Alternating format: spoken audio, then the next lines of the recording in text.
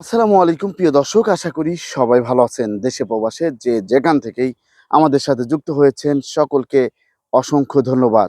দর্শক, এই যে আমাদের বাংলাদেশ, এই বাংলাদেশের মধ্যে এমনও ঘটনা ঘটতেছে, সেই ঘটনা কিন্তু দেখার মতো কেউ নেই। বড় ভাইয়ের যে অবদানটা, এই অবদানটা দেওয়ার মতো কিন্তু কেউ নেই। কিছু মানুষ আছে খোঁচা দিয়ে আরো পেঁচাইতেছে। তা যে বড় ভাই এখানে আমাদের মাঝে আছেন, সে কিন্তু এই এই পরিস্থিতির শিকার হয়েছেন। তা আমি যেটা বলতে চাচ্ছিলাম সেটা হচ্ছে, দেখুন, যে বড় ভাই একটা ফ্যামিলির জন্য এত কিছু করলো, সেই ফ্যামিলি থেকে কিন্তু কিছুই সেরকম পাচ্ছে না। পাচ্ছে শুধু কি কান্না। তা একটা জিনিস আমি বলতে চাচ্ছি, তার কাছ থেকে আমরা জানবো তার বর্তমান পরিস্থিতিটা কি। আসসালামু আলাইকুম ভাই। ওয়ালাইকুম সালাম ভাই। তা ভাই, এই যে আপনি তো, আপনার ফ্যামিলি বড় ভাই। হুম। তা এই যে বড় ভাইয়ের তো একটা অবদান আছে। হ্যাঁ ভাই, বড় ভাইয়ের অবদান অনেক বেশি। বড় ভাই ফ্যামিলির জন্য ভাই অনেক কিছু করে, এগুলো বলার মতো না। নিজে না খেয়ে ফ্যামিলির জন্য এত কিছু করে, শেষে ভাই। আপনার সাথে এরকম কি ঘটেছে হ্যাঁ যদি ভাই, একটু। আমার সাথেও অনেক কিছু ঘটেছে, যেটা বলার মতো না। আমি এত কষ্ট করছি। কষ্ট করে ফ্যামিলিকে চালানোর চেষ্টা করছি। কিন্তু আমার যে ছোট ভাই, আমি তাদের উদ্দেশ্যে বলতে চাই, অন্যান্য ছোট ভাইদেরও বলতে চাই। আমার যে ছোট ভাই, সে কিন্তু আমার টাকা খেয়ে, আমার টাকা পরে শেষে কিন্তু আমাকে ঢস দিয়েছে। এক কথায় বলতে গেলে।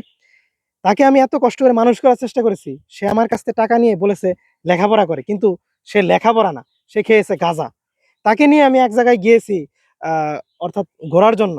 সাথে থেকে একজন এসে বলে যে, তাকে জিজ্ঞাসা করে, "তুই কি ভাই গাঁজা নিয়ে আসছিস?" তখন একটা ভাইয়ের কাছে কেমন লাগবে যে, যখন তার সামনে আরেকটা ছেলে তার ছোট ভাইকে বলে, "তুই গাঁজা নিয়ে আসছিস।"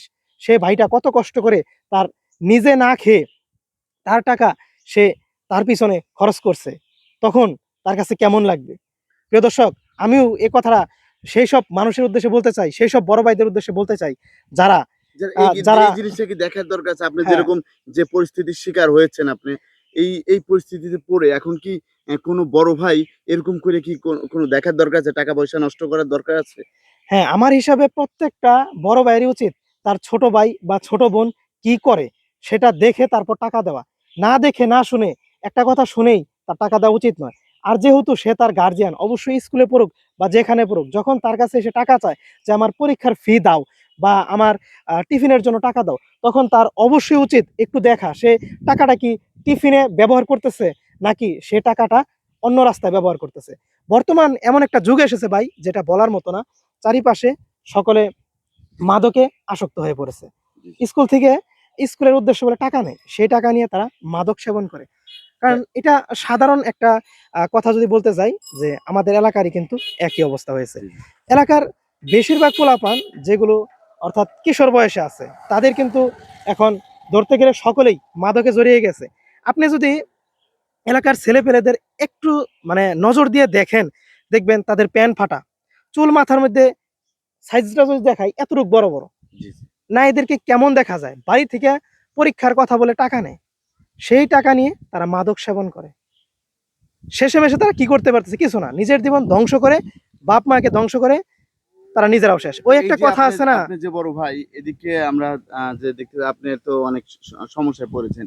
তা আপনি যদি টাকা পয়সা আ একটু নিজের কাছে রাখতেন, সবই ফ্যামিলিতে না খরচ করে, তাহলে কি এখন আপনি ভালো পর্যায়ে হ্যাঁ, ঘুরে দাঁড়াতে অবশ্যই আমি পারতেন না? হ্যাঁ, অবশ্যই আমি ভালো পর্যায়ে যেতে পারতাম। আমি যদি তাদের জন্য ঐরকমভাবে খরচ না করতাম, তাহলে হয়তো আজ আমি ভালো পরিস্থিতিতে যেতে পারতাম।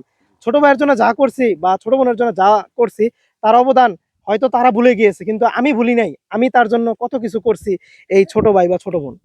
প্রিয় দর্শক, এটাই আমার আরকি ধন্য বলার মতো ছিল। ধন্যবাদ আপনাকে।